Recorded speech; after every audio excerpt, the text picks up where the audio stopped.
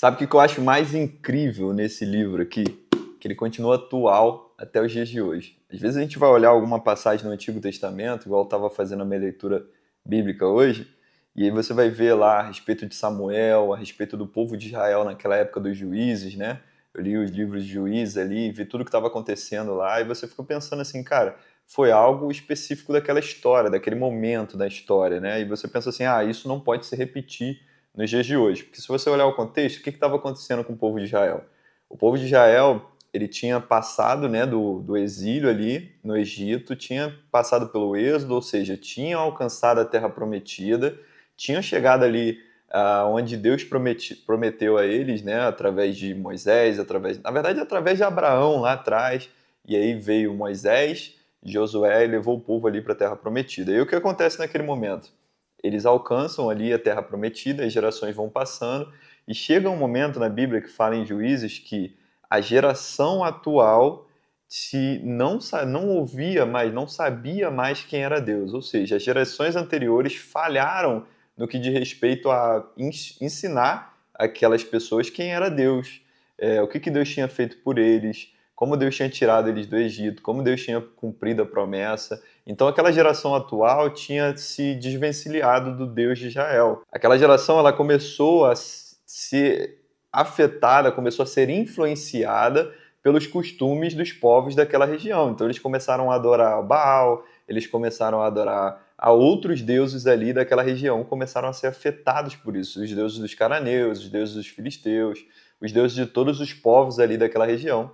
E isso afastou eles de Deus, então eles começaram a viver muitos problemas por causa disso, porque a promessa do Senhor, ela era mediante a obediência, é isso que a gente precisa aprender.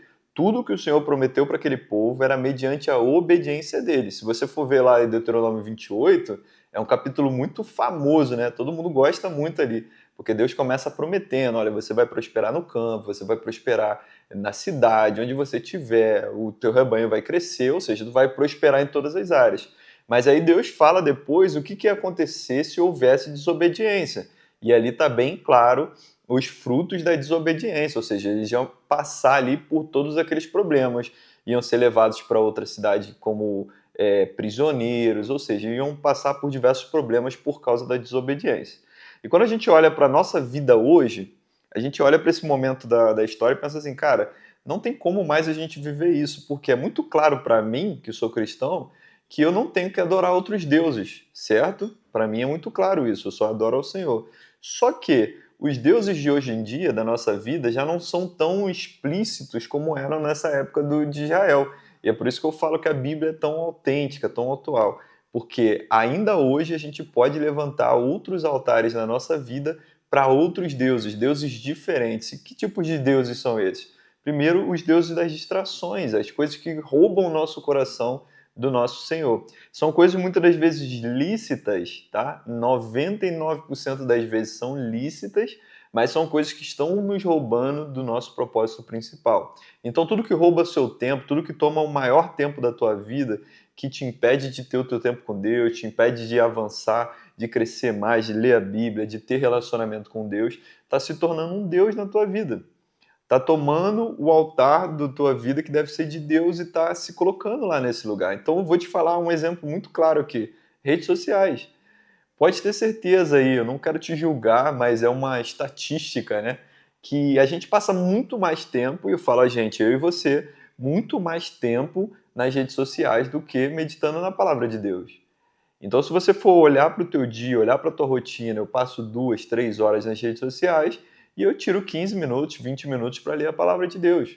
Então, o que tem se tornado um Deus na minha vida? O que tem roubado o meu coração do Senhor? Por que às vezes eu me sinto tão longe dele? Por que às vezes eu não escuto a voz de Deus? Por que às vezes eu não tenho um relacionamento com ele? Porque tem tantas outras vozes falando na minha vida que fica difícil de ouvir a voz de Deus. Então tem tantas informações entrando na minha cabeça, tantos pensamentos diferentes, tantas coisas acontecendo à minha volta, que fica muito difícil ouvir a voz de Deus, eu parar, meditar nisso aqui e ouvir da palavra de Deus, do que Ele quer me direcionar, do que Ele quer falar para mim. Isso pode estar acontecendo no nosso dia atual. A gente pode estar levantando outros altares para outros deuses. A rede social pode ser um deus.